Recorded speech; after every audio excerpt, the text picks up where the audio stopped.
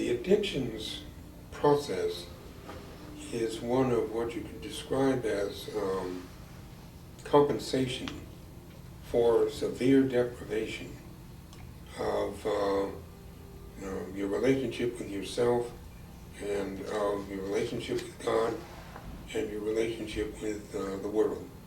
And so what that ends up doing is generating a massive, total physiologic and emotional dependency on whatever the experience, substance, or object is that has the effect of providing some sort of symbolic or experiential alleviation of the great, enormous pain that arises from difficulties in your emotional body. And so when you get a huge relief from a hideous pain like that, it is like a gigantic, overwhelming tidal wave reward for using whatever the addictive experience is. And that is what you can characterize as the kiss of death. It is a physiologic weakness on the part of the whole human system, and a vulnerability because of the way that we are so extremely vulnerable and complex at the same time during our formative process. And so most of us don't get through the whole formative process without a lot of damage. And so there is, what would you call it, a kind of generic vulnerability to becoming addicted to anything that provides some sort of relief from that profound pain. Then you start getting into the more detailed components of the thing on two fronts. One of them is the cosmic front, what we've just been talking about in terms of personality formation and personality functioning and all that sort of stuff, and the whole threat and survival and struggle and fright process that is involved in dealing with the world and whatnot. So that's kind of like a generic universal thing. The second component then is the heritage or the residuals or the distorting effect of the dysfunctional family system itself, in addition to the universal life threat thing that lies at the base of all emotional disturbance.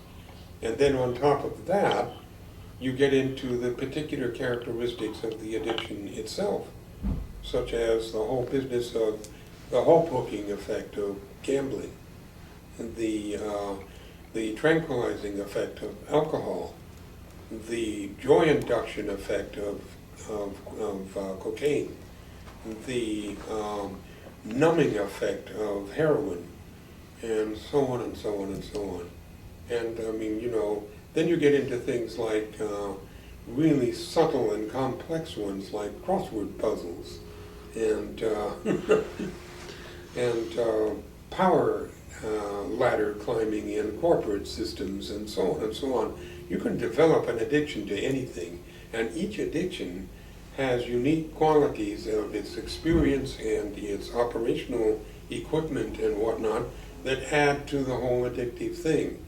And by the time you get through 1, 2, and 3, physical fundamental survival, damage and distortion created by the dysfunctional system, and the particular rewards and goodies and pitfalls and dangers of each type of addictive substance or experience or event or object, and you have one of the most complex knots in the world, and which is why working with addictions is so difficult, because there are so many, so deep, reaching kinds of things involved in the thing that my heart goes out to them, and I am eternally grateful for the whole of my life for not ever having been given the particular precipitants experiences that, despite the fact that my mother was what you could characterize as a controlled alcoholic, I never got either the heavy predictive experiences from her to the extent that I would become what you could characterize as addiction prone. And it's a goddamn good thing I didn't, because the life experiences history that I had would have led me into a lethal addictive spiral, and I would have been dead a great many times along the way.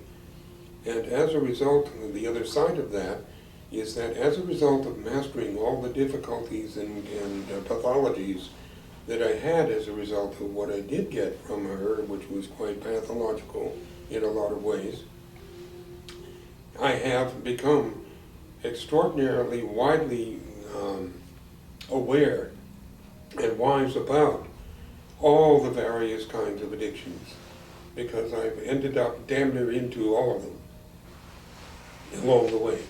So that's why I was able to write that book, because I understand addiction like nobody else does, basically. At least nobody's ever written a book like that I know of. Thank you, Michael. Okay, Michael, on the topic of addictions, in introduction you describe that addictions or cravings develop from a lack of receiving what we need from the home office via our parental relationships. Can you briefly explain to us, in a high-level view, the three general substitute solaces we seek, and an example of each? The power, affectance solace, the escape relief solace, and the worth acceptance solace. Oh, okay. The worth acceptance one is, of course, the baseline one. That's the one that starts in the womb. And it has to do with the whole thing that I've blown it with God, and I deserve what I'm getting, and I've got to do something about that. What was the second one? It was power, and then what was the second? Escape relief. Escape relief, yeah, that's right. That is to deal with fear. You know, every disorder generates fear, and the dysfunctional system in particular is really loaded with fear-motivated stuff, and avoidance and escape as the primary mechanism to deal with the extreme pain and threat of whatever was not working in the family and then begins to be not working in you. And so, for instance, alcohol, being nature's tranquilizer, is the one that is most frequently the most insidious in its effect, because it has the effect of lowering your fear. There is probably nothing more painful and more terrifying than a fearsome or fear-producing experience or threat. And so when it reduces the fear, it has it's like a washing over of great, like being inundated with a positive tsunami in terms of its impact, which is why alcoholism is such a mess. The power thing has to do with coping with the world and fending in it and succeeding in it, and therefore, how do you know that you're succeeding? Well, when you bark an order or when you make a move, it gets results. And so control becomes the thing that you're looking for. And anything that gives you the experience of more control, like speed, really makes you really hook on to that and grab a hold of it to take charge of your life and the world. And those are where the three come in. Thank you, Michael. Needless to say, the 1, 2, 3 is like a knockout when an individual has an addiction that does all three.